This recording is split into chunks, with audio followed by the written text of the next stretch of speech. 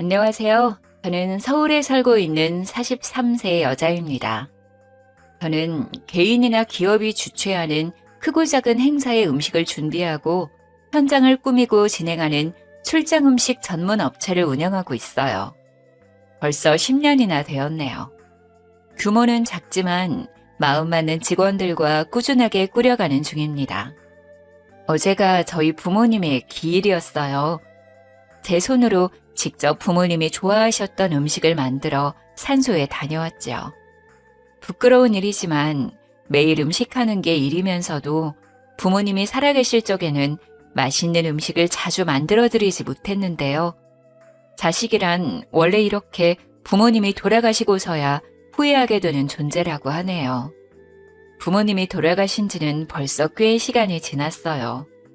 지금은 많이 덤덤해졌다고 생각하지만 아직도 부모님 기일 즈음에는 마음이 늘 쓸쓸해지네요. 오늘도 정신없는 하루를 보냈는데 집에 돌아오니 괜히 마음이 울적해서요. 오늘은 모르는 분들에게라도 제 이야기를 한번 해보고 싶어지네요. 저희 부모님은 두 분이 같은 날 돌아가셨어요.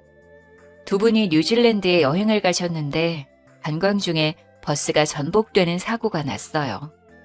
하필 멀미 때문에 두 분이 버스 앞쪽에 타고 계셔서 버스 운전사와 저희 부모님 두 분이 그 자리에서 돌아가시게 되었어요. 생전에도 두 분은 사이가 참 좋으셨거든요. 그래서 하늘나라도 이렇게 같이 가셨네요. 외동딸인 저만 혼자 남겨두고 말이죠.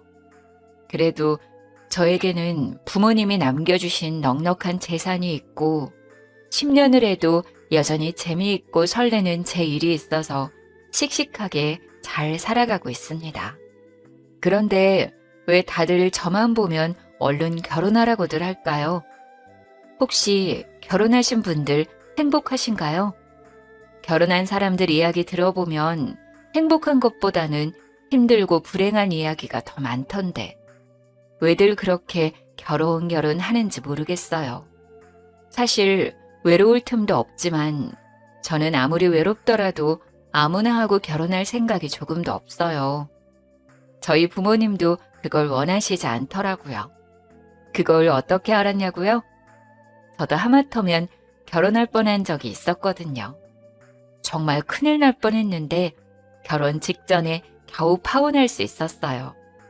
그래서 저는 제 부모님이 도와주셨다고 믿고 있답니다. 제가 성공적으로 파혼한 이야기 한번 들어보시겠어요? 그 남자를 처음 만난 건 그의 학원 개업식에서였습니다. 서울 변두리 지역의 작은 동네였는데 학원이 그렇게 크지는 않았지만 그 동네에서는 가장 번듯한 학원이었어요. 그 학원의 젊은 원장이었어요. 서울대 출신의 키도 크고 선하고 반듯한 인상을 가진 누가 봐도 훈남이었어요. 아는 사람에게 소개를 받았다며 저희 회사에 개업식 행사를 의뢰했는데 처음 문의할 때부터 하나하나 꼼꼼하게 묻고 확인하는 폼새가 보통이 아니더라고요. 그래서 저도 더 많이 신경 쓴 행사였죠. 저도 제일 하나는 아주 꼼꼼하고 야무지게 하거든요. 결국 개업식에 차린 저희 음식이 너무 정갈하고 맛있다는 칭찬을 많이 받고 장식도 세련되고 진행도 아주 만족스러웠다면서 여기저기 고객을 여러 명 소개해 주었어요. 사업하는 사람에게 그만큼 고마운 일은 없지요. 고마운 마음에 제가 먼저 전화를 걸어 저희 회사로 초대했어요. 제가 직접 요리를 해서 저녁을 대접하고 와인 한잔 하면서 오래 이야기를 나누게 되었죠. 진중하고 과묵한 줄로만 알았는데 술이 한두 잔 들어가니 주절주절 자기 이야기를 잘 하더라고요. 강사라서 그런가 말솜씨가 좋아서 시간 가는 줄 모르고 한참을 빠져들었어요. 그는 시골에서 자랐는데 어렸을 때부터 꽤 공부를 잘하고 용모도 반듯해서 온 동네의 유명인사였나 보더라고요. 농어촌 특별전형이긴 했지만 무려 서울대를 합격했을 때는 정말 동네 여기저기에 현수막도 걸리고 부모님이 동네 잔치도 크게 했대요. 대학 다니는 동안에는 과외며 학원 강사 일을 하며 학비와 생활비를 벌었대요. 그러다 보니 학원에서 아이들을 가르치는 게 가장 익숙하고 잘하는 일이 되어서 졸업하고도 학원 강사로 일하다가 10년 만에 자기 학원을 차린 모양이더라고요. 나이는 37살로 저보다 3살이 어렸어요. 결혼을 했었는데 성격 차이로 오래 살지 못하고 헤어졌다고 하고요. 저도 어린 나이가 아닌지라 이 남자 저 남자 만나보았지만 그 사람은 정말 그 나이 때 남자들 같지 않게 순수한 구석이 있었어요. 학교와 아르바이트밖에 안 해본 삶이라 식견이 좀 좁은 것 같기는 했지만 정말 성실하고 착실하게 살아왔더라고요. 처음에는 정말 누나 같은 마음으로 이런저런 신경을 써주었어요. 제가 먼저 사업을 해보았으니 사업에 대해 이것저것 물어볼 때마다 제가 실질적인 도움을 주곤 했어요. 급할 때는 돈을 조금 융통해주기도 했지만 셈이 흐린 사람이 아니어서 꼬박꼬박 잘 갚더라고요. 또 반찬 같은 것도 이따금 챙겨다 주고 지나가다 눈에 들어오는 게 있으면 서로 선물해주기도 했어요. 그런 시간을 보내면서 서로가 좋아하게 되었지만 저는 결혼할 생각까지는 하지 않았어요. 오랜 시간 혼자였어서 혼자가 편하기도 하고 사업에 집중해서 더 키워보고 싶은 욕심이 더 컸어요. 주변을 보니 아무래도 결혼을 하면 제약이 많아지더라고요. 그런데 제가 결혼을 결심한 건 그가 정말 끈질기고 성실하게 프로포즈했기 때문이에요. 10번이나 찍는 도끼질에 못 이기는 척 그렇게 결혼을 약속하게 되었습니다. 서로 결혼하기로 하고 그의 부모님에게 처음으로 인사드리러 가게 되었어요. 그런데 그날은 저보다 그가 더 안절부절 못하고 긴장하더라고요. 부모님을 만나기 전부터 그가 유난히 말이 너무 많아지더군요. 자기야, 우리 부모님들 말이야. 정말 좋으신 분들이야. 그런데 시골 분들이라 말을 좀 세련되게 돌려 말할 줄 모르고 그냥 막 촌스럽게 말해. 나쁜 뜻은 없는데 처음에 들으면 좀 불편할 수도 있을 것 같아. 그래. 그런 분들 많이 만나봤어. 나 이해할 수 있어. 그리고 또 말이야. 어렸을 적부터 그분들은 나밖에 모르고 사셔서 내가 최고라고 생각하시는데 그게 사실 좀 심해. 그러니까 좀이 아니라 좀 많이. 그러니까 내 말은 아이고 알았어. 어째 나보다 자기가 더 긴장한 것 같은데? 자기야 걱정하지 마. 내가 누군데 그래. 나는 사실 별로 걱정 안 돼. 내가 어른들한테 얼마나 인기가 있는데 내가 잘하면 돼. 괜찮아. 저는 어른들에게 싹싹하게 잘하는 편이고 어른들에게 예쁨 받는 편이라 크게 걱정도 안 되었어요. 처음 뵙는 분들이지만 분명히 저를 좋아하실 거라고 그렇게 만들 수 있다고 자신했죠. 오히려 긴장해서 안절부절 못하는 그가 귀여워 보였어요. 그런데 이 자리는 정말 제 생각과 완전히 다르더라고요. 그가 긴장하는 데는 그만한 이유가 있었어요. 일단 첫 마디부터 저를 당황하게 했어요. 아니, 황당했다는 게 더 정확하겠네요. 그 짝이 우리 아들보다 나이가 훨씬 많다는데 진짜 처녀요? 네? 처녀요? 아, 엄마 말씀드린 대로 이 사람은 결혼한 적 없어요. 초혼이에요. 저는 이혼한 경험이 있으니 제가 이 사람한테 미안하죠. 이 사람은 저 결혼했던 것도 다 이해해줬어요. 엄마, 너는 무슨 소리를 하냐 지금. 남자가 이혼한 게 뭐가 흠이라고 네가 미안하네 뭐하네 소리를 하고 그러냐 지금. 아니 요즘 같은 세상에 이혼이 뭐 대수냐? 꼬물대는 애라도 딸려있으면 또 몰라. 애도 없이 깨끗한데 뭐가 문제요?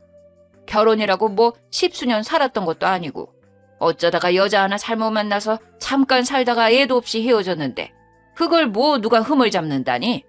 그걸 흠 잡는 사람은 아주 이상한 사람이요. 네 어머니, 저도 이혼이 흠이라고 생각하지 않아요. 정말 조금도요. 괜찮아요. 그려, 뭐 그건 그렇고 내가 암만 생각해도 좀 이상해서 말이요. 네? 뭐가요 어머니? 여자 나이가 40이나 돼서 아직까지 결혼을 한 번도 안 했다는 건 좀 문제가 있고 그런 거 아니요? 여자가 멀쩡한데 여지껏 결혼을 한 번도 안 했으려고. 어디가 탈이 있어도 탈이 단단히 있겠지. 그러니까 결혼을 여지껏 안 한 거요? 아니면 못 한 거요? 제가 하고 싶은 공부하고 하고 싶은 사업도 하고 하다 보니 홍기를 놓쳤어요.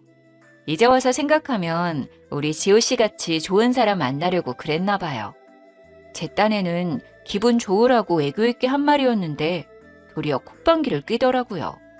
뭐 하나 제 예상대로 흘러가질 않았어요. 나 원참 뭐 공부는 뭐 요리사가 공부하느라 결혼 못했다는 소리는 살다가 또 처음 들어보네. 요리사 하면서 공부하느라 결혼 못했다고 하면 우리 동네 지나가던 개도 다 배꼽을 잡고 웃겠네. 뭐 우리 아들처럼 뭐 서울대라도 나온 요리사요? 엄마, 이 사람은 지금 박사과정에 있어요. 곧 박사님이 될 거예요. 학부만 나온 저랑은 그 수준이 달라요. 아이고, 뭐 요리사 박사요? 나 또 살다가 요리사가 박사라는 소리는 처음 들어봤네. 그럼 나도 요리 박사요. 일평생 내가 지은 밥이 얼만데.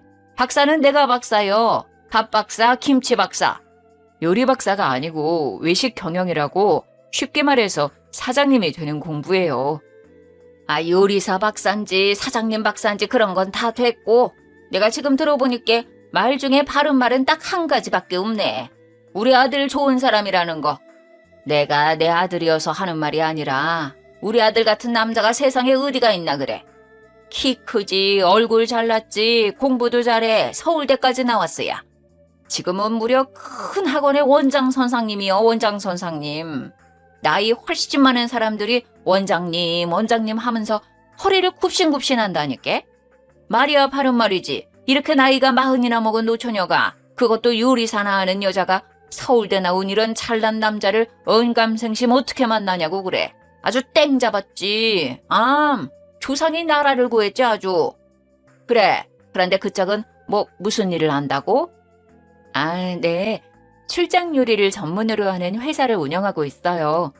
행사가 있을 때 음식도 준비하고 행사장도 꾸미고 현장에서 진행도 하고요. 직원이 한 10명 정도 되는데 서로 마음이 잘 맞아요. 규모는 크지 않지만 꾸준히 성장하고 있어요. 그래, 뭐 우리 아들이 해주는 말 들어보니 뭐 남의 집 잔치집이래주는 그런 일이더만. 아이고, 세상이 좋아져서 출장 요리로 회사도 차리네. 옛날에는 가장 없는 사람들이 그 남의 잔치집 가서 일해주고 품삯 받고 그랬지. 우리 엄니도 그 옛날에 그런 일 많이 했구만. 잔치집 가서 하루 종일 빈대떡 부쳐주고 돈 몇 푼 받으면서 우리 떡 얻어다 먹이고 그랬지. 그런 걸 날품 판다 했어, 날품팔이. 도통 말이 안 통하고 기가 차서 한숨만 나왔지만 그래도 일단 꼭 참았어요. 네, 예전에는 그랬죠. 지금은 엄연히 전문직이고 제가 사장이에요. 돈도 잘 벌고 있어요. 그 말에 그때까지 입을 꾹 다물고 앉아만 있던 그의 아버지가 미간을 잔뜩 찌푸리며 역정을 내더라고요. 그 여자가 날품 판다면서 돈을 얼마나 번다고 유세가 유세요. 똑똑한 우리 아들 잡았으면 그냥 집에서 애 낳고 키우고 있으면 되지. 뭘 몇 푼이나 번다고 유세를 하는겨? 박사니 뭐니 여자가 그 쓸데없는 공부는 왜 한다고 설치는겨? 서울대 나왔으면 그런 쓰잘데기 없는 짓거리 할 필요가 없지. 최고학부 나온 우리 아들 앞에서 뭐 잘났다고 박사니 사장이니 하고 있는가? 와, 정말 살면서 한 번도 들어보지 못한, 아니 한 번도 상상해보지 못한 소리를 들어야 했어요. 저희 부모님은 제지 사업을 하셨고 꽤 건실한 중소기업을 운영하셨어요. 덕분에 저는 어릴 적부터 여유 있는 집안에서 부족한 것 없이 커왔어요. 하고 싶은 일은 뭐든 할 수 있었고 부모님과 여행도 많이 다녔고요. 서울 소재의 4년제 대학을 졸업하고 제가 원해서 미국으로 유학을 갔어요. 거기서 세계적으로 유명한 요리학교를 졸업했어요. 요리가 너무 좋았거든요. 한국에 다시 돌아와서는 호텔 레스토랑에서 근무하면서 대학원에 갔고 지금은 외식 경영학 박사과정을 하고 있는 중입니다. 이런 제가 못 배우고 가난하다는 소리를 살면서 들어봤겠어요? 더군다나 누가 봐도 저보다 못 배우고 가난해 보이는 분들이 저에게 계속 못 배웠네, 없이 사네 그런 말들을 쏟아내고 있는 걸 듣자니 정말 이 상황이 꿈인지 현실인지 구분이 안 될 정도로 정신이 혼미해지더라고요. 그분들이 저보다 더 가진 거라곤 서울대 나온 아들 하나인데 말이죠. 아, 그 아들이 돌싱이긴 하지만 애도 없고 저보다 나이도 어린데다가 키가 크고 잘생겼네요. 아무리 그래도 저한테 그런 말을 할 자격은 없는 것 같지만요. 저도 어디 가서 할 말 못하고 당하는 스타일은 아닌데 남친의 부모님, 그것도 결혼을 약속한 사이라 예비 시부모님이라고 생각하니 뭔가 어렵긴 하더라고요. 또 너무 황당하고 너무 상식 밖이라 말문이 막히기도 했고요. 머리가 아프기도 하고 기가 막혀서 화가 나기도 하고 아무튼 엉망진창이었어요. 그래서 그 자리를 대충 마무리하고 일찍 일어났어요. 얼굴이 붉어진 채 식당을 나선 저를 그가 따라 나왔어요. 자기야, 괜찮아? 우리 부모님이 좀 내가 얘기한 대로지? 아니, 자기가 얘기한 것보다 더 심하시더라. 내가 만나본 사람 중에 최악이었어. 한 번도 만나보지 못한 유형이야. 나 지금 너무 혼란스러워. 이 결혼 다시 한번 생각해봐야 할 것 같아. 그러자 그는 사색이 되어서 저에게 매달렸어요. 무릎까지 꿇어가며 사정하더라고요. 아니 자기야, 그게 무슨 소리야. 내가 미안해. 정말 미안해. 이렇게 내가 무릎 꿇고 빌게. 우리 부모님 대신 내가 용서를 빌게. 정말 나도 우리 부모님이 이럴 때마다 너무너무 괴롭고 창피하고 그래. 그런데 우리 엄마 아버지 세상에는 나밖에 없어. 우리 엄마 아버지가 사는 세상에는 내가 제일 잘나고 제일 돈도 잘 벌고 대통령이 오더라도 내가 더 잘났다고 생각하시는 분들이야. 그게 우리 부모님이 살아가는 유일한 이유고 삶의 의미고 낙이야. 우리 부모님 정말 불쌍한 분들이야. 제발 용서해줘 자기야. 제발 한 번만 이해해줘. 어? 그래. 그러니까 그 세상에 내가 끼어들면 안 될 것 같아. 그냥 두 분 그렇게 잘난 아들과 함께 편하게 사시라 그래. 나도 내가 잘난 세상에서 내가 살던 대로 편하게 살게. 우리는 안 될 것 같아. 자기야, 내가 살고 싶어. 자기가 잘난 그 세상에서 내가 살고 싶어서 그래. 그 세상에서 살아야 내가 살 수 있어. 정말이야 자기야. 내가 진짜 잘할게. 우리 결혼하면 우리 엄마 아버지 안 보고 살아도 돼. 나만 가끔 우리 부모님 만나고 오면 되잖아. 내가 진짜 약속할게. 맹세할게. 결혼은 나랑 하는 거잖아. 우리 부모님이랑 살려고 하는 게 아니잖아. 어? 내가 진짜 약속할게. 자기가 원하면 각서라도 쓸게. 아니, 혈서를 쓸까? 우리 엄마 아버지 절대 안 만나도 된다고? 어? 제발 자기야. 결혼 안 한다는 말은 하지 마. 어린아이처럼 엉엉 울면서 매달리는 그를 차마 내칠 수가 없었어요. 너무 기가 막히지만 그들의 아들로 사는 이 남자도 어딘가 좀 안쓰럽더라고요. 그날 이후로는 결혼식 날까지 전혀 자기 부모님을 만날 일이 없다고, 결혼하고서도 절대 만날 일이 없게 하겠다고 약속하더라고요. 지금 생각하면 그게 말이 되나 싶지만 그때는 그게 믿어졌어요. 저도 콩깍지가 씌웠었나 봐요. 그날 일은 그렇게 유야무야 없는 일처럼 넘겨버리고 저희는 하나하나 결혼 준비를 해나갔어요. 결혼식이 한 6개월 남짓 남은 시기에 그가 살던 전셋집이 계약 만료가 되었어요.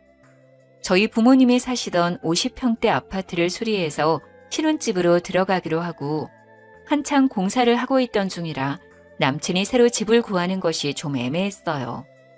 그래서 남친이 제가 살고 있던 아파트에 들어와 살게 되었어요. 신혼집 공사가 거의 마무리되어 갈 즈음의 어느 날이었어요. 그날도 저는 큰 행사가 있어서 새벽부터 나가 일을 하고 녹초가 되어 집에 돌아왔어요. 현관에 못 보던 이상한 신발이 놓여있다 싶더니 시어머니, 그러니까 그의 어머니가 저희 집 소파에 떡하니 앉아있는 거 아니겠어요? 처음에는 누군지 바로 알아보지도 못했고 이게 무슨 일인가 싶어 잠시 멍하니 서 있었어요. 아이고, 여자가 이렇게 늦게 들어오면 어쩌냐. 요리사 밥 좀 얻어먹을까 싶어 한참을 밥도 안 먹고 기다리고 있었더니만 원. 요리사랑 결혼하면 우리 아들 밥은 차려 먹일 줄 알았더니 우리 아들은 맨날 이렇게 뜨신 밥도 못 얻어먹겠구나. 아니, 갑자기 여기에 어쩐 일이세요? 어리둥절한 눈으로 쳐다보자 남친은 안절부절하면서 제 눈을 피하더라고요. 내가 암만 혼자 앉아서 이렇게 저렇게 생각해봐도 이게 그냥 넘어갈 수가 없어서 이렇게 여기까지 왔다. 친즉에 와야 할 일인데 아들이 도통 집을 가르쳐주질 않아서 오늘은 내가 아주 작정하고 따라온 참이다. 그러니까 무슨 일로 오셨는데요? 그 신혼집이 네 부모님이 살던 집이라면서? 아들 말로는 그 집이 크고 좋다긴 하더만은 그게 중요한 게 아니고 거기가 사람이 죽어나간 집인데 신혼부부가 그냥 들어가서 산다는 게 내가 암만 생각해봐도 영 찝찝하고 깨름직해서 견딜 수가 없어. 그 사람이 죽어나갔다는 것은 그 집이 영 재수가 없다는 것인데 신혼부부가 그 재수 없는 곳에 들어가면 부정 타서 쓰겄냐는 말이요. 사람이 죽어 재수가 뭐라고요? 너무 기가 차서 말이 제대로 나오질 않았어요. 그의 어머니는 만날 때마다 말로 제 정신을 혼미하게 만들더라고요. 제가 정신을 차릴 틈도 없이 어머니는 계속 떠들어댔어요. 내가 살아가면서 큰일이 있을 때마다 찾아가서 물어보는 선상님이 있는데 그 선상님이 산에 가서 기도도 많이 하고 사주랑 뭐 이런 공부도 많이 한 사람이라 영이 아주 맑아. 우리 아들이 이렇게 훌륭하게 잘 큰 것도 다 그 양반이 손 피해주고 서울대 가는 부적도 써주고 그런 거거든. 저번에 학원 개업하는 날도 다 정해줬고 그렇게 우리 집 무탈하게 돌봐주는 선상님이요. 그래서 이번에도 내가 찾아가서 물어봤지. 그랬더니 아이고 잘 왔습니다 하면서 그런 집은 들어가기 전에 제사를 지내야 한다 하더라. 신혼가구가 들어가기 전에 제사를 지내는 게 좋다고 하니 내가 벼르고 벼르다가 오늘은 아주 그냥 작정하고 올라온 거요. 제사요? 그게 무슨... 그러고 보니 저희 주방에 온갖 식재료가 너저분하게 널려있고 재료를 씻느라 그랬는지 싱크대 주변도 엉망이고 식기며 주방 기구들도 이것저것 뒤져서 꺼내놓았더라고요. 남친 엄마는 부스럭대면서 가방에서 신문지에 둘러싸인 뭔가를 끄집어내고 있었어요. 이봐라, 내가 제기도 다 짊어지고 왔다. 네 집에 제기가 있을까 싶어서 이것도 집에서부터 들고 왔다니까. 이거 들고 오느라 팔이 아주 빠질 것 같은데도 내가 아들 생각해서 들고 왔어야. 음식이야 네가 요리 잘하니까 후딱 해라. 뭐 많이 할 필요 없다. 밥이랑 국이랑 나물 몇 가지 하고 전 좀 부치고 생선 한 마리만 구워서 나랑 들고 거기로 가자. 시간이 좀 늦었지만은 원래 제사는 늦은 시간에 지내야 귀신들이 좋아한다. 쉴 새 없이 떠들어대는 그 말도 안 되는 소리에 머리가 아프기 시작했어요. 손가락 하나 까딱하기도 싫은 상태라 말 상대하기도 귀찮았고요. 그래서 방으로 들어가려는데 방문 위에 이상한 게 붙어 있었어요. 노란 종이에 빨간색으로 글씨가 휘갈겨 있는 그 말로만 듣던 부적이더라고요. 아니 세상에, 이건 또 뭐예요? 이게 왜 여기 붙어 있는 거죠? 아, 그거 말이다. 내가 네 사주를 딱 넣고 그 선상님한테 물어봤지 않겠니? 그랬더니 네가 기가 솔찬히 세더라. 네가 기가 너무 세서 네 부모님도 잡아먹은 형상이란다. 그래서 너랑 결혼을 하면 우리 아들이 기를 못 편단다. 그래서 네 기를 좀 죽일 필요가 있겠더라. 이거 아주 비싼 부적인데 내가 니들 좋으라고 수십 개를 써왔다는 거 아니냐. 이런 거 챙겨주는 사람이 없다. 엄마니까 챙겨주지.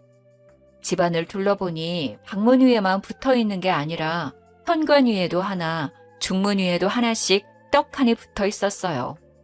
너무 머리가 아파서 방으로 들어와 침대에 털썩 누웠는데 베개가 불편해서 뒤져보니 베개 속에서도 부적이 나왔어요.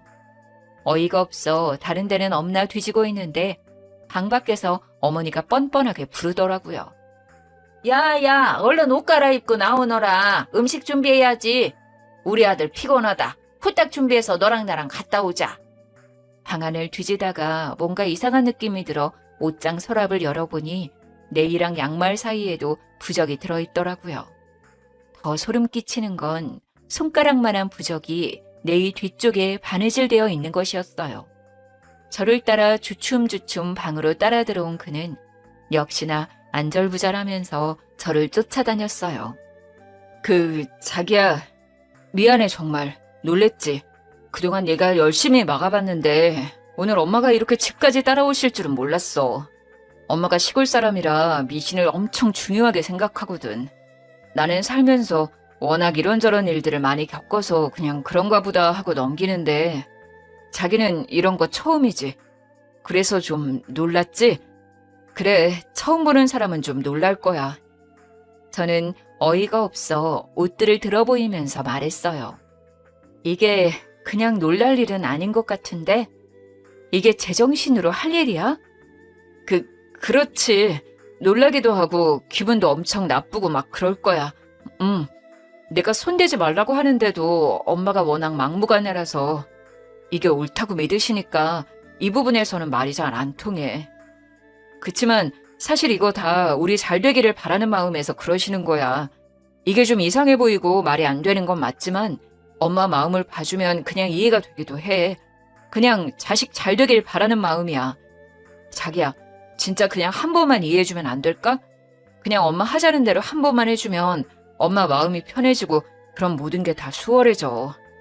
한 번만 우리 엄마 말 들어주면 내가 모든 걸 다 할게. 내가 죽을 때까지 자기한테 잘할게. 자기가 죽으라면 죽는 신용도 할게. 응?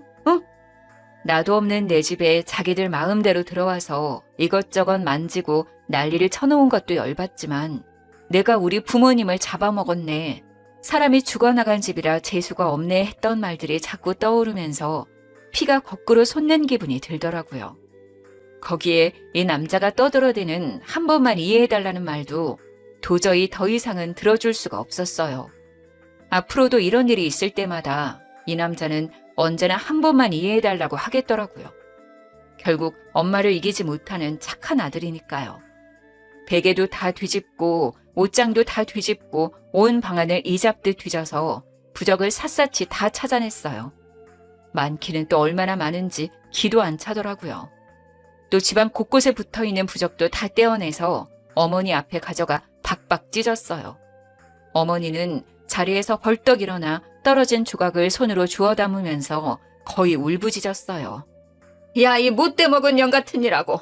이게 얼마짜린데. 내가 이걸 얼마를 주고 써왔는데 귀한 줄도 모르고 이 난리야. 아이고, 죽 써서 개졌네, 개졌어. 이렇게 여자 같으세니 지 부모도 잡아먹고 결국 지 남편도 잡아먹지. 이 부적뿐 아니라 당신들도 다 찢어버리고 싶은 마음이니까 지금 당장 내 집에서 나가요. 당신도 나가. 내 앞에 다시는 나타나지 마. 다시는 보고 싶지 않으니까. 야, 이 누구 맘대로 우릴 내쫓냐. 나 못 나간다. 내 부적값 다 내놔라, 이년아. 이게 얼마짜린데 이걸 다 찢어버렸냐. 아이고, 아까워라. 부정 탔네. 다 부정 탔어. 저는 핸드폰을 들어 경찰에 신고했어요. 경찰이 와서야 두 모자를 내 집에서 내보낼 수 있었어요. 주거 침입과 기물 손괴 등으로 고소를 진행하고 파혼을 통보했습니다. 침구 세트도 싹 바꾸고 속옷도 싹 다 갖다 버렸지만 벽에 남은 풀자국을 볼 때마다 분노가 치솟았어요. 부모를 잡아먹었다느니 사람이 죽어나간 재수 없는 집이니 하는 말은 화가 나는 걸 넘어서 저에게 상처가 되었어요.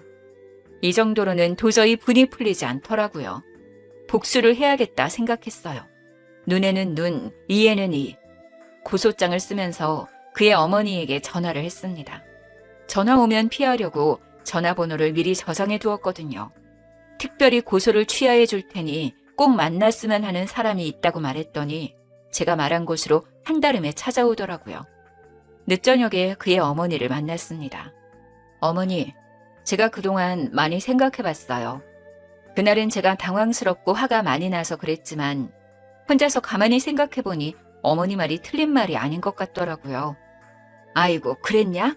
네가 이제야 말이 좀 통하는구나.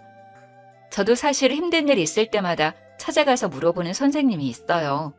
서울에서 엄청 유명한 무당이신데 그분 복채가 엄청 비싼데도 사람들이 줄을 서거든요. 예약이 3개월씩 밀려있기도 해요. 아, TV에도 나온 적이 있었는데 이거 혹시 보신 적 있으세요? 저는 미리 찾아놨던 유튜브를 찾아서 보여줬어요. 무당이 구슬하는 장면이었는데 얼굴이 제대로 보이지는 않았어요. 아, 이거 무슨 프로야? 나는 텔레비에서 이거는 못 본 것 같은데. 집안일 하다 보면 텔레비 볼 시간도 없어. 근데 텔레비에 나온 이 선상님을 네가 안다고? 텔레비에는 유명한 사람들이 나오는 거 아니야? 네, 서울에서 모르는 사람이 없을 정도로 유명한 무당이세요. 저도 사업하면서 어려울 때마다 찾아가는데 재벌이나 정치인들, 연예인들도 많이 찾아가는 사람이에요. 그래, 제 아무리 재벌이고 대통령이라도 큰일 하려면 손을 피해야 한다. 사람 일이라는 거는 사람의 힘만으로 되는 것이 아니거든. 네, 그래서 이번에도 제가 찾아가 봤어요. 어머니 말씀이 자꾸 생각나서. 그래, 잘했어. 가봤더니 선생님이 뭐라고 하더냐? 어머니 말씀이 틀리지 않더라고요. 결혼하기 전에 객지에서 돌아가신 저희 부모님의 혼령을 달래드려야 하고 사돈 어른들께도 인사할 수 있게 해드리래요. 그러려면 시골집 마당에서 구슬하는 게 좋겠다고 하더라고요. 그래, 내 말 틀린 말 하나도 없다. 그런데 구슬한다고? 굿이야, 할 수 있으면 좋지. 그런데 그 굿이라는 게 한두 푼 드는 일이 아니라서. 돈은 전혀 걱정하지 마세요. 어머니는 그냥 집 마당만 내어주시면 돼요. 나머지는 다 제가 알아서 준비할 거예요. 저희 결혼을 위한 일이고 무엇보다 제 부모님 일이잖아요. 마당만 내어주시면 나머지는 제가 다 준비해서 선생님 모시고 내려갈게요. 아유, 그래, 마당 내주는 일이 무엇이 어렵겠니? 오늘 가서 마당에 지저분한 것들 좀 치워야 쓰겄다. 아참, 그런데 어머니, 한 가지 꼭 지켜야 할 것이 있다고 해요. 저는 짐짓 소리를 낮추며 말했어요. 비밀이라도 말하는 것처럼요. 뭔데 그려? 지호 씨는 이 굿판에 있으면 절대 안 된대요. 지호 씨는 영혼이 너무 순수한 사람이라 굿판에 있으면 부정을 타서 앞으로 내내 재수 없을 거라고 하더라고요. 아이고, 그래. 그거 말이 된다. 우리 아들이 진짜 순백이다, 순백. 세상에 그렇게 순수한 사람이 없다. 그게 속이 피단결이라 잡귀들이 쉽게 볼 수 있지. 그건 말이 된다. 그런 일이 있으면 안 되지. 우리 아들이 어떤 아들인데 부정 타면 안 되지, 그럼. 네네. 그러니까 이건 저희끼리만 진행하는 거예요. 절대로 지호 씨에게 말하시면 안 돼요. 아버님한테도 잘 말씀해 주세요. 이건 지호 씨에게는 비밀이라고요. 그럼 내가 절대 말 안 할 것이요. 내가 여기다 작고를 꽉 채워버릴 것이요. 그리고 아들 아버지는 굿할 때 내보낼 거다. 남자들은 그런 일 할 때 옆에 있으면 방해가 되지 쓸모가 없어. 어차피 하루 종일 밭에 가서 일하는 양반이니 그 양반은 신경 쓸 것 없다. 그렇게 돌아와서 저는 제가 다니고 있던 학교에 연극영화과에 연락을 했죠. 배우를 몇 명 섭외하고 극작가의 도움을 받아서 시나리오도 짰어요. 의상과 소품도 준비하고 연습까지 하면서 아주 철저하게 준비했어요. 드디어 굿판을 벌리는 날이 되었어요. 굿판이 벌어진다고 하자 동네 사람들이 하나둘씩 모여들어 구경하더라고요. 풍악을 울리고 무당이 칼을 들고 춤을 추고 굿판이 절정에 이르렀을 때 무당의 눈빛이 변하면서 아기 흉내를 내기 시작했어요. 예전에 그와 이야기를 나누다가 그가 태어나기 전 막달이 다 되어 사산된 형이 있었다는 이야기를 들은 적이 있거든요. 그 이후로 한참 만에 그가 들어선 거라며 부모님이 더 애지중지 귀하게 키웠다고 했어요. 거기서 소재를 얻어 시나리오를 짠 거예요. 엄마, 나왔어. 나 기억하지? 엄마, 나 보고 싶었어? 나는 엄마가 너무 보고 싶었어. 엄마, 나 잊어버린 건 아니지? 엄마가 날 잊어버리면 안 되지. 내가 엄마 때문에 여기 있는데. 두 손을 연신 비벼가면서 기도를 하던 어머니는 갑자기 얼굴이 새하얗게 질려버렸어요.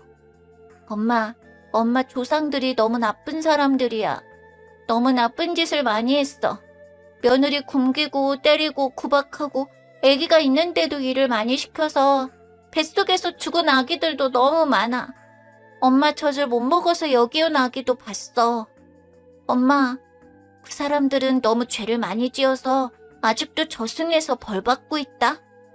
나는 아기라서 거기 있지는 않아. 거긴 너무 무서워. 나는 거기 가기 싫어, 엄마. 그래도 나는 엄마 뱃속에 있는 동안 엄마 죄를 받아서 나도 좋은 곳에는 못 갔어. 엄마 죄가 많아서 나는 세상에 나오지도 못하고 여기로 왔어. 참, 엄마, 내 동생 어디 있어? 내 동생 몸에 들어가서 나도 세상에서 살아보고 싶어. 내 동생 어디 갔어? 안 돼야. 너 네 동생한테 그러지 말어. 걔는 여기 없어. 그러지 말어. 내가 빌게. 이렇게 빌게. 어머니는 사색이 되어서 두 손을 모아 싹싹 빌었어요. 엄마, 왜 나를 위해서는 기도도 안 했어? 나는 엄마 죄 받아서 세상에도 못 나왔는데 내 동생은 엄마 사랑 듬뿍 받고 잘 살았지. 나는 여기에 이렇게 와 있는데. 내가 이거 하나 알려줄까? 내 동생 결혼시키지 마. 엄마 죄가 많아서 동생이 결혼을 하면 애기도 안 생기고 여자는 엄마 때문에 또 도망갈 거야. 애를 낳으면 그 애가 또 엄마 죄를 받게 되니까 애 낳으면 안 돼. 절대 안 돼. 시어머니는 얼굴이 벌개져서 연신 잘못했다고 빌었어요. 아이고, 잘못했어요. 잘못했습니다. 용서해주세요, 천지신령님. 잘못했습니다. 제가 다 잘못했습니다. 아이고, 용서해주세요, 천지신령님. 제가 잘못했습니다. 우리 아들 죄 주지 마세요. 동네 사람들은 그 모습을 보면서 수군대더라고요. 아이고야, 서울에서 유명한 무당이라더니 진짜 용한가벼. 그전에 며느리도 아들이랑 그렇게 둘 사이는 좋았는데 여기만 오면 그렇게 울고 싸우고 하다가 이혼했잖아. 애도 앵간히 안 들어선다고 그러더라고.